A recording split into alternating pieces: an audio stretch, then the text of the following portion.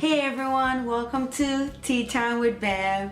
Alright, so for today I just wanted to come on here and just share the good, the bad, and the ugly about natural hair. So I just wanted to share a few experiences that I've had dealing with natural hair that makes me happy to be natural and also frustrates me. So, alright, so the first thing is, so first I'm gonna start with the ugly. Now the biggest pet peeve I have with being natural is detangling. Detangling my hair. Lord.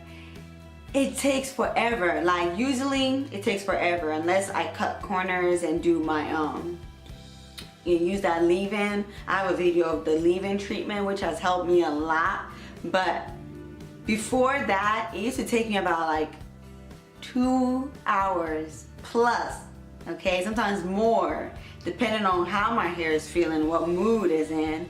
It would take me like sometimes over 2 hours detangling, just detangling. So aside from that, breaking my combs while detangling, like, natural hair is a whole lot, and it's not like I'm detangling like crazy. I'm just, you know, detangling, and boom. And this was my favorite comb that my hair broke. So, natural hair. Another thing that annoys me about the detangling is those knots.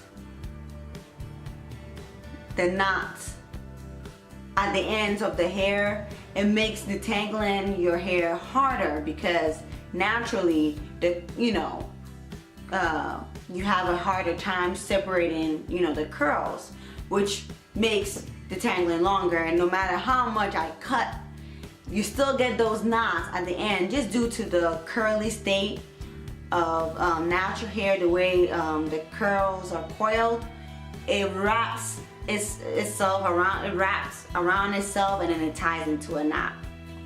It's just what it is. It comes with being natural, but that's the ugly side of being natural. Going to the bad side of being natural, which is unable to run your fingers through your hair.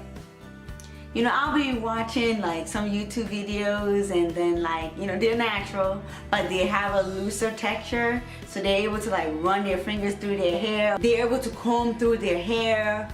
The comb just glides through their hair like butter. And then I go to detangle my hair, and it's a struggle. I can't run my fingers through. Look at that. No. And then another bad thing about being natural is that my hair tends to scare hairstylists. When I go to the salon, I've noticed the look of, I don't want to say fear in their eyes, but it's kind of like it makes them nervous. And I do, to be fair, I do have a lot of hair. I have a lot of hair, so I completely understand. And it's thick, like my hair is not that bad, okay? Even though I have a lot of hair, the strands are very fine. So my hair is actually, it may look tough, but it's very, very friendly, It's friendly. So when the hairstylists, they see my hair, they're like, is anybody gonna do that? Yeah, you're stuck with me. And honestly, when I went to the salon, like last time I went, I went at 1. I didn't get out until like 5 something.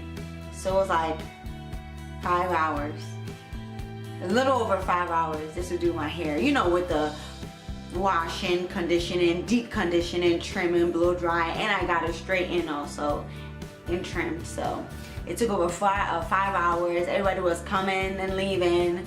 I was still sitting there, and everybody was like, yeah, the bad about being natural. So now I've gone about overall the negative side of being natural. Let us transition to the positive side of being natural. The good thing about natural hair is so versatile. Like, you can do so much with it. I have more options now than I did when I was relaxed, as in the styling. There's certain styles that I can do with natural hair that I really couldn't do with relaxed hair.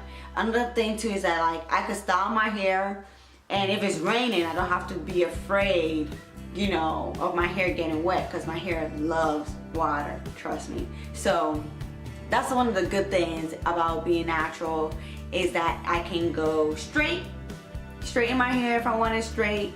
I can, you know, leave it in my curly state and it won't, you know, matter. So this is some of the good things about being natural. You have so many options. Another great thing about being natural too is that your hair is healthy. In my personal opinion, in my personal experience, when I was relaxed, you guys know I can be a bit cheap. So when I was in undergrad, I used to go to Walmart to get a relaxer,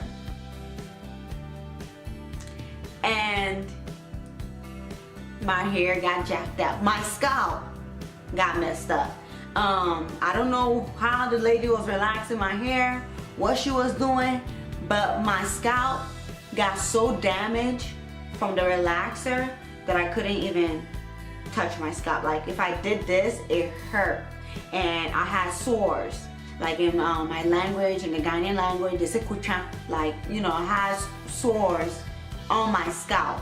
So like, it hurt to comb my hair. That's how bad it is. Like, you could do this and like my scalp will be coming out. Yeah, it was that bad.